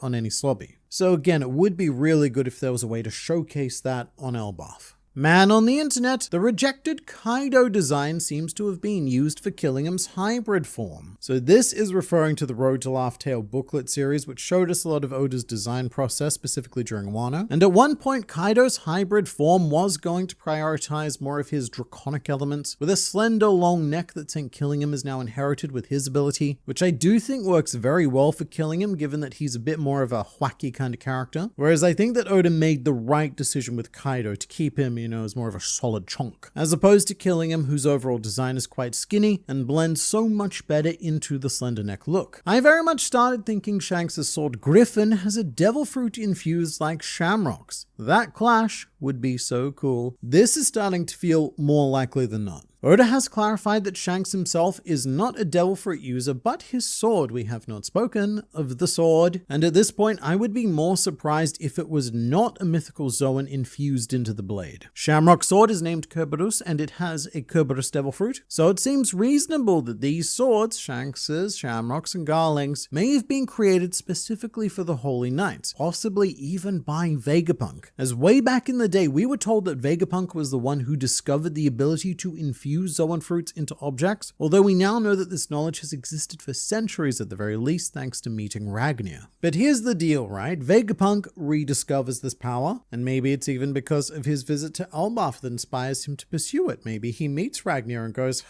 that's a funky squirrel. Maybe I could do that. And once this becomes successful, the Holy Knights put in an order for mythical weapons with extremely rare devil fruits that the world nobles have been hoarding, which produces Kerberos, Griffin, and also whatever Figgle and Garling's currently unnamed sword is. They all have the same type of sword, so it would make sense if this was a set of 3. But even if Shanks' Griffin isn't a literal griffin, it still makes very solid thematic sense, as griffins are often associated with guarding treasure, like how Shanks has been effectively guarding the One Piece, keeping it off limits and waiting for the right moment for someone to come and claim it. Let's say a giant eat a cow Zoan. If they went full beast mode, would they turn into a giant cow or a normal sized cow? So full beast mode, that's a very tricky question to answer. I would be inclined to say that this giant who ate a cow fruit would become a normal sized cow though. Thinking back on other full beast examples, which we really don't see a lot of in One Piece, we do have Rob Lucci during Enies Lobby. He very briefly assumed his full beast leopard form, and he significantly shrank down to the size of a very standard leopard, although he did manage to keep his pants on, which leopards do not generally do. And then you think about examples like Kaido, who assumed the form of a full-on dragon, although it's hard to tell if that's also linked to physical size, because Momonosuke's full beast form in his child body was a tiny dragon, but after being aged up to adulthood by Shinobu, it became the same size dragon as Kaido. So maybe the answer here isn't about size at all, it's about age. If you're a child who eats Zoan fruit, then you will assume the child equivalent of that animal. But I still think that a giant would, perhaps unfortunately, turn into a normal sized cow in full beast mode. However, in its hybrid form, it would be the most horrifying minotaur that any world has ever seen. Hello, hope you have a good new year. I have a question regarding Brook. Has he seen Luffy in Gear 5th? This is a good question. We might forget this because we, as readers and watchers, we are so used to seeing Gear 5th by now, but not everyone in the world has seen it. Although in the case of Brook, he has definitely seen it though, as much as he can with no eyes, etc. And not only that, but Brook has seen it very close up, because when Giant Luffy grabbed Kizaru on Egghead Island, Brook was in the room when this happened. Although it took Zoro a very long time to see Gear 5th, he missed it on Wano because he was busy dying to death and having a chat with the Grim Reaper, and on Egghead Island he took himself out of the picture to fight Rob Lucci for far too long. And this actually leads to one of my favorite modern conspiracy theories, which is that Zoro still has not seen Luffy in this form. And this theory, I first heard it proposed during the start of Elbaf, during the Legoland stuff, because Luffy does activate Gear 5th there, and Zoro is present. However, Luffy activates Gear 5th behind Zoro the entire time.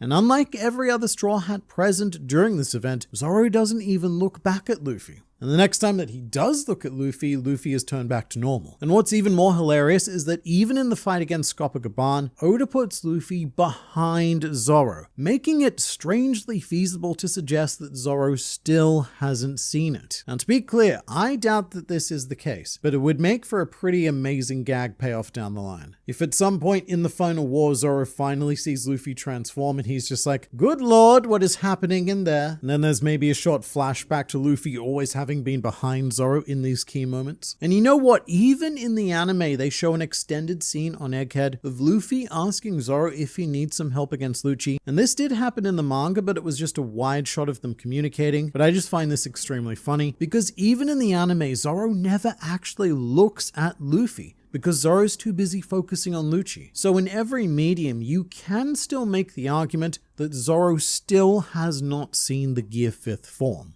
I just realzy, we will have a whole One Piece season without Luffy when they air God Valley. Not just Luffy, but we could have a whole season of anime without any Straw Hats. This wouldn't really be the first time. Given the adaptation rate, the Oden flashback ended up being 17 episodes long, which under the system of the new Toei anime would be the vast majority of the entire year. It wouldn't be the whole year though, neither would God Valley, and this, what we're looking at right now, is 2027. I suspect that 2026 will cover all of the events up to the start of the flashback, and then in 2027, for most of that year, our main characters of One Piece in the anime are going to be Rox, Roger, and Harold, which I think that Mayumi Tanaka, the voice of Luffy, would greatly appreciate because it would give her a little break. She just celebrated her 71st birthday after all, and by this point she will have celebrated her 72nd. And actually, just on Mayumi Tanaka, I'm not sure if I've mentioned this in a video yet. I don't think so. But during Jump Festa last year, Mayumi Tanaka revealed that recording had already begun for The One Piece, the Wit Studio remake. And her full statement translates as follows: "As you may know, I'm currently recording the anime The One Piece from the start. This series is very interesting. Actually, when I heard that it was going to start from the beginning again, I wanted them to use someone young, thinking I don't have enough energy anymore. But I am glad I got to do it because it's really interesting, especially because it progresses so fast." Now, this is very conflicting news for me for many reasons. Firstly, love the idea that this is progressing fast. That's a big plus.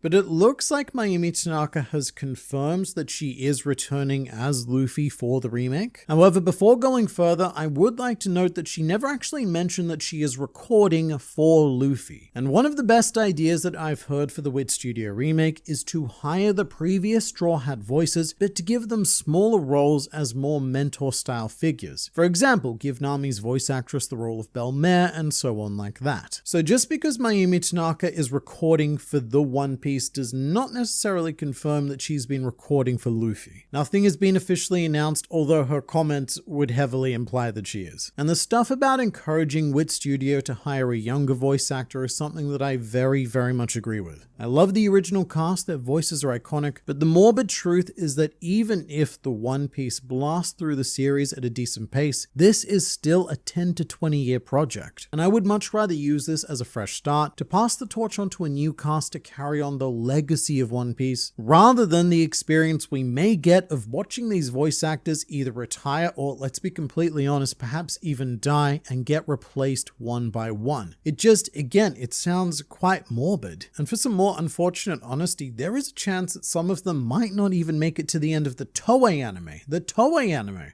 We're not even talking about Wid. Like Frankie's voice actor who just had to retire. Dragon's voice actor as well. Dragon's voice was replaced. Plus, Mayumi Tanaka has not been shy about stating that she is very interested in retirement, but she does want to see Luffy out to the end of One Piece. So making her start again from the very beginning on a brand new series, I don't know, it just feels like the wrong thing to do for me, given that she will be in her mid-80s and potentially even 90s by the time that the Wid Studio remake is complete. Does anyone else think that the mountains of Drum Island are literally gigantic drums of liberation? Look, even if they aren't, I think that whole island needs to well and truly watch out, because a giant Gear 5th Luffy would surely decide to play them like drums regardless. In all seriousness though, I don't mind this idea. Drum Island is a very historically significant location in the One Piece world. In the modern day alone, it serves as a nexus where Luffy, Ace, and Blackbeard all separately visited within the span of a few months for different reasons, reasons, but something we still have yet to explore is Roger's connection to Dr. Kureha, as she was one of the few people who knew the truth of his name being Gold D. Roger instead of Gold Roger. And it's now heavily suspected that we know exactly why Roger was on Drum Island, or I should say, may have been on Drum Island. This comes from chapter 1139, when Oimo tells the story of how Scopogaban got his Mountain Eater epithet. It was not Ripley, at least not completely Ripley. This was actually because Roger needed medical treatment, so he was taken to a, quote, hospital in the mountains, and Scopogaban protected Roger from hundreds of enemies, clearing the mountains of trees in the process. So this could have been a Nami situation. Roger fell sick, perhaps even with the beginnings of his incurable illness. And so where would be the best place to take him? That would be Drum Island, because prior to Walpole ruining everything, this country was known as the most medically advanced nation in the world. And the knowledge and skills of the doctors of that island could even turn out to be remnants of the ancient kingdom's advanced knowledge. But I would love to see an eventual Joy Boy flashback where he sees the Rockies and plays them like drums, and then he decides to name the island Drum Island. Sort of like how Roger had the honor of naming Laugh Tale because there was a funny story there. It's a bit off topic, but have we forgotten why Blackbeard attacked the Revolutionary Army, which made them move to Ivankov's island, forgot name, or is it just me who has no idea what happened? So Ivankov's island is Momoira Island, and look, don't worry, most people forget why Blackbeard attacked the Revolutionary Army base, and it's because, at least right now, it looks like Oda kind of gave up on that whole plot point. I shouldn't say give up, but it has to do with the weapons that the Revolutionary Army were investigating on Dressrosa. Not just the Revolutionary Army either, but also some of the Colosseum fighters like the representatives of the Kano Kingdom. They were investigating Doflamingo's weapon of war trade, but we never see these weapons, and they weren't talking about the Smile Fruits. Doflamingo was also shipping more traditional weapons, which were assumedly all commandeered by the Revolutionary Army at the conclusion of the arc. And so when Jesus Burgess found himself on Boltago, he snail-called the Feet and told him about these weapons, which I assume the Blackbeard pirates then successfully took, and are now using them to arm their massive forces to prepare for whatever conflicts that Blackbeard has planned. However, Burgess did also say that this is where Blackbeard will find Dragon. So for whatever reason, the Blackbeard pirates also have a personal interest in Dragon. But this was way back in chapter 803. Both the weapons and Blackbeard's connection to Dragon have yet to be brought up again, and considering that this chapter came out over a decade ago in 2015, it is very understandable that some people may have forgotten about why anything ever happened in the first place. Luckily for all of you, though, strange men on the internet do make videos recapping all of this, and if you don't want to forget the things that have happened, then I highly recommend that you watch this next video in order to stay sharp for your fictional pirate enjoyment. In this video, I'm going to show you the difference between a 1-berry devil fruit and an over 1 billion berry magical fruit. To be clear, they're all magical fruit, and if they existed in reality, then each and every one of them would be practically priceless. But this is not reality, this is One Piece, and this world is subject to strict economic scrutiny, overseen by someone literally referred to as the god of finance. But when it comes to fictional fruit, some call them wicked sorcery, some believe that they contain actual devils inside of them, and in the 4Kids dub, Shanks even said they were fruits enchanted by sea ghosts, which is spookily inaccurate. 4Kids also calls them cursed fruits, with an ague on that E, mostly to avoid any references to the devil because it may offend religious viewers, hence why they also circumcised Mihawk's sword. But the curse of cursed fruit is not being able to swim after consuming them, which is taken from the real-life inability of many sailors to swim. It has its basis in nautical superstition. In many cases, learning to swim was discouraged. I guess it's the idea of, why prepare to fail? Instead, you should put your effort into making sure the ship doesn't sink, you silly f***.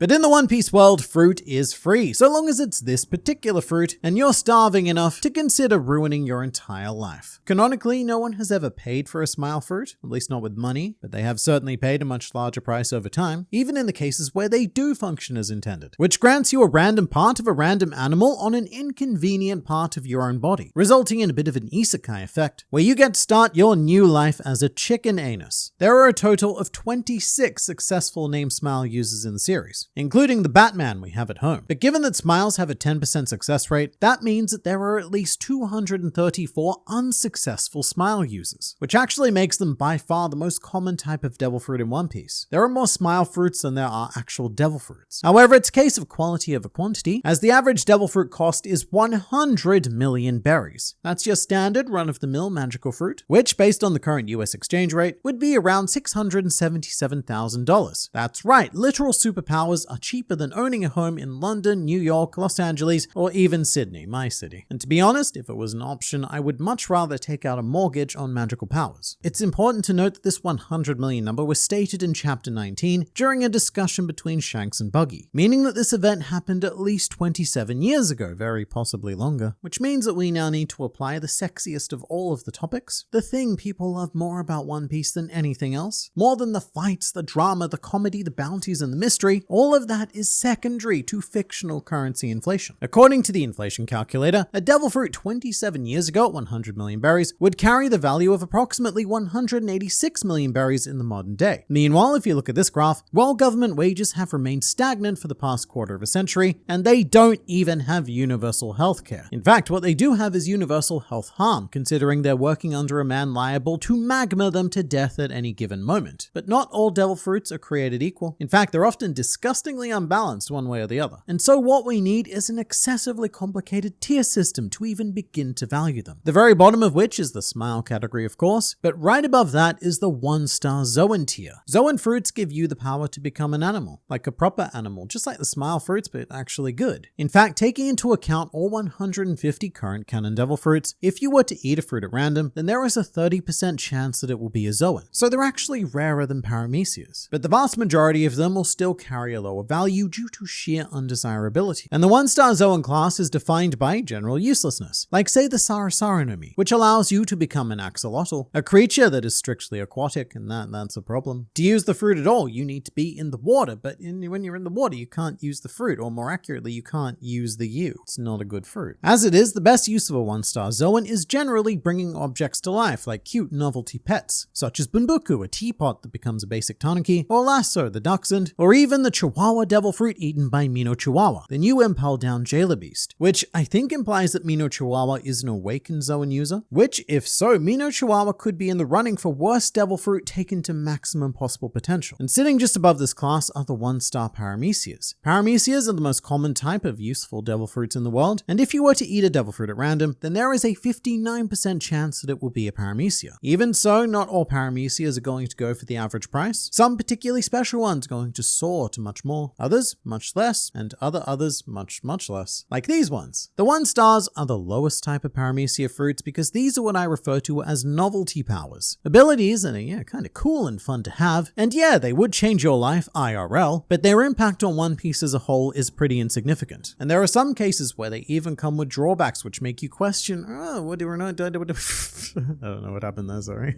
And in some cases, they even come with extreme drawbacks that make you question whether or not you'd want to consume it at all. Not as bad as smile fruits, nowhere near it, but there's still some hesitation. A classic example of a 1-star Paramecia includes Alvida's Slip fruit, which makes you all nice and slippery, or Treble's Nomi, which makes you all not nice and very snotty, which is admittedly a surprisingly useful power, but one that comes at great social cost. Here's a much better example of be careful what you wish for though. Wapol's Bakubaku Nomi gives him the amazing ability to eat anything and then use those components to create new object or even create new life. But it comes with the extra curse of the user always being hungry. So that's just how you live now. Always eating but never being able to find satisfaction. And speaking of eating, there's also a surprising amount of food-based Paramecias that fall into this category, such as Charlotte Opera's Kurikuri Nomi, which allows him to generate cream, which he then chooses to slather himself in at all times. Emphasis on the choice. He chooses to look this way. He doesn't have to cover himself in cream. This is a lifestyle choice. More novelty fruits include Kidamon's clothes making power, Kelly Funk's clothes becoming power, and stuff like Vanderdecken's Matamata fruit, which is interesting but complicated and evidently may turn you into a pedophile. We don't know that the fruit doesn't do that, but really most Paramecia fruits fit into this category of novelty powers. But where we start to get a little bit serious is the 2-star Zoans, which gives their users the ability to turn into some pretty cool animals like giraffes, bisons, and turtles. Although the turtle one is complicated because it was eaten by a lion who could naturally transform into an even bigger lion, so what it did was it made him like a funky triple animal. This category also includes all of the bug and insect zoans, because if eaten by human-sized people, which they almost never are, but if they were, the properties of those respective insects and bugs would be insanely good, maybe. At the moment, we have one example of that, which is a Puada, who can turn into a caterpillar, a very hungry caterpillar. I mean, he ate ever so many marines of marine food, but he was still hungry. But putting that behind us, now we're actually starting to get somewhere, because these are followed immediately by the 3-star zoans, the kings of the realistic animal world, leopards and wolves and the like. And they're good because they're better than the not that. They come with even more extra built-in strength and also heightened animal instincts. They are the absolute best that basic zoans have to offer. Even so, they're outclassed by 2-star paramecias, which are genuinely useful mid-range powers. If used by a particularly clever character, then they can be absolutely devastating. But if you're more on the me scale of smart, which is not very, then they're still pretty alright. Most generated paramecias fall into this category, like Aldino's wax, or Basil Hawkins's power to generate straw, which I hear makes him very popular amongst horses. But this also includes fruits that are straight up upgrades of 1-star paramecias, like the Ton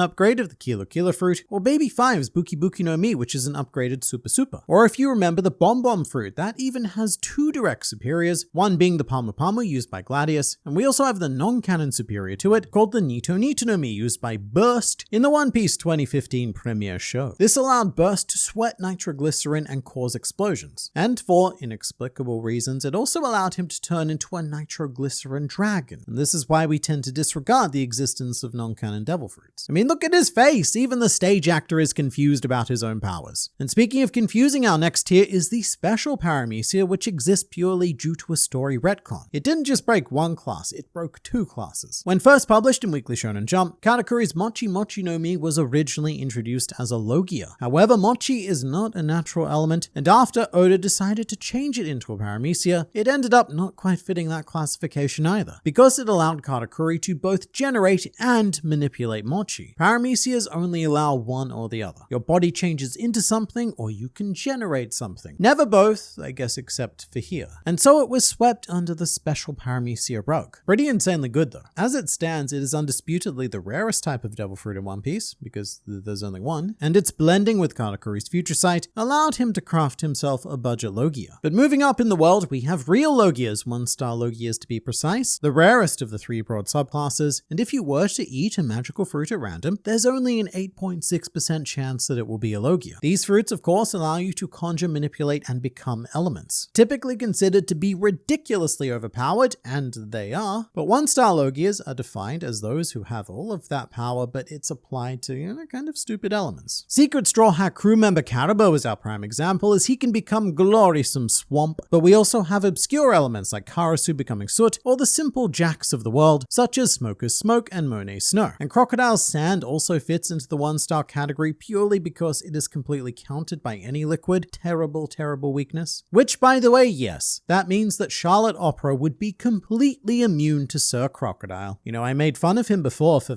creaming himself, but yeah, he sure showed me. But even rarer than a Logia is the Ancient Zoan class. You thought we were done with animals, but no, if Wano has taught me nothing else, it's that we are never done with animal fruit. These are incredibly rare though. So much so that when Diaz Drake first transformed, notable ass clown Scratchman Apu even said, "A rare ancient species of Zoan type." This is the first time I've seen one. Little did he know how many he'd go on to see after becoming a traitorous swine and joining the Beast Pirates. Quite literally, every ancient Zoan we've met in the series has been a member of the Beast Pirates. But the reason why they sit above 1-star Logias is because they come equipped with secret powers. Once you consume an ancient Zoan, you learn how each creature hunted in ancient times. For the Triceratops, it was spinning their frill to fly like a helicopter. For the Brachiosaurus, it was apparently able to split its body into 2. And best of all, for the Pteranodon, it stretches its head back and fires at its prey like a deadly rubber band. And dinosaurs are very difficult to fight when they become helicopters and rubber bands, even more so than usual. Not as difficult as 2-star Logias, however, which encompass our mid-range elements like the classic Meramera no Mi. And fun fact, of the 3 people who have eaten the Meramera no Mi, only 2 actually got its powers, and only 1 came to regret his life choices after playing the game of life through to the donut ending. Kizan's Hie no Mi also falls into this category, because it is an officially noted direct superior to Monet's Yuki Yuki, and as for a bit of an obscure one, Green Bull's Mori Mori no Mi, a bizarre Logia that gets to play with the concept of literally becoming nature. Its It's 2-star because Green Ball doesn't just become a single element. It gives him access to the very concept of life, which means that every tier after this practically turns you into a god. 3-star Paramecias are first up, and they come dangerously close to breaking their own class, often giving their users absolutely insane power at no cost, or even bundling up multiple fruit powers into one package, stacking magical fruit if you will. This is where we find the Guru-Guru-no-Mi, which has been referred to as the strongest Paramecia fruit and could quite literally destroy the world. That or Big Mom's soul manipulation powers, which threatens your existence on a whole different level. You thought you were safe after death, did you? Nah, not only are you dead, but now you're a crockenbush. Deal with it. But the truly broken fruits are what I've started referring to as multi-fruits. Viola's Guru-Guru-no-Mi is always my go-to example for this because it allows her to read people's minds, see through their bodies, maintain complete and utter omnipotence within a radius of 4,000 kilometers, which is just under the distance of the US West Coast to the East Coast, and for reasons, she can cry molten whale tears from her ocular receptacles. It's a value pack of truly insane powers, each of which would be a very solid devil fruit on its own. But even so, they're not as ridiculous as Mythical Zoans. This is basically the do whatever the hell you want class, with each fruit not only transforming its user into a mythical creature, but also giving them access to a whole suite of powers depending on what the author wants to showcase at any given time. Weirdly enough, through sheer statistics alone, Mythical Zoans are exactly as rare as Ancient Zoans. We have 9 of each, so they both have a pull rate of 6%. However, despite what statistics say, it's heavily implied that Mythical Zoans are a degree rarer than Ancient Zoans. And here's another fun fact. With one exception, every single Mythical Zoan user makes an appearance during the Wano arc. 6 of the 9 are actually present on the island. 2 appear elsewhere in the world during intervals, meaning that there is only one Mythical Zoan who refused to show up to the party, and that was stronger. I guess he just had somewhere better to be. Stuck up Pegasus. But no matter how nice it is to be a Pegasus, it still pales in comparison to 3-star Logias, because encountering a 3-star Logia user is where you simply rage quit the fictional pirate game because this is just plain unfair. Even to a seriously below average Devil Fruit user, these will still make you a top tier combatant, which we have an example of with NL. He had a Lightning Logia, and with very, how shall we say, questionable intelligence and combat prowess, he was still good enough to become a god, mostly due to being carried by fruit. But in the hands of someone truly capable like Sakazuki and his Magu-Magu-no-Mi, there is no hope for victory. Your only choice is to run. It's also worth noting that Logias in general will only increase in value, as we are heading towards a future where Devil Fruit abilities are becoming devalued because now Vegapunk can copy fruit powers of the Paramecia and Zoan classes, all the way up to the Mythical Zoan tier. And Logias are currently the only ability that cannot be fabricated, and that's why they're very expensive. But even still, they are not the ultimate Devil Fruit. There is one magical fruit valued above all others. At a price tag of 5 billion berries, it is of course the Ope-Ope-no-Mi, a truly unique existence because those who are in the market to purchase it don't even want to eat it themselves. The true value on this fruit is perceived immortality or perpetual youth, which can only be granted at the cost of the user's life. So here's the idea, right? You buy the fruit, then you force someone to eat the fruit, and then you somehow get them to perform the life-giving but also life-killing operation on you. And this chance at living forever is why the Ope-Ope-no-Mi is referred to as the ultimate Devil Fruit. And with that in mind, 5 billion berries might even be lowballing things a bit. But you let me know in the comments, what type of Devil Fruit would you want to eat and why?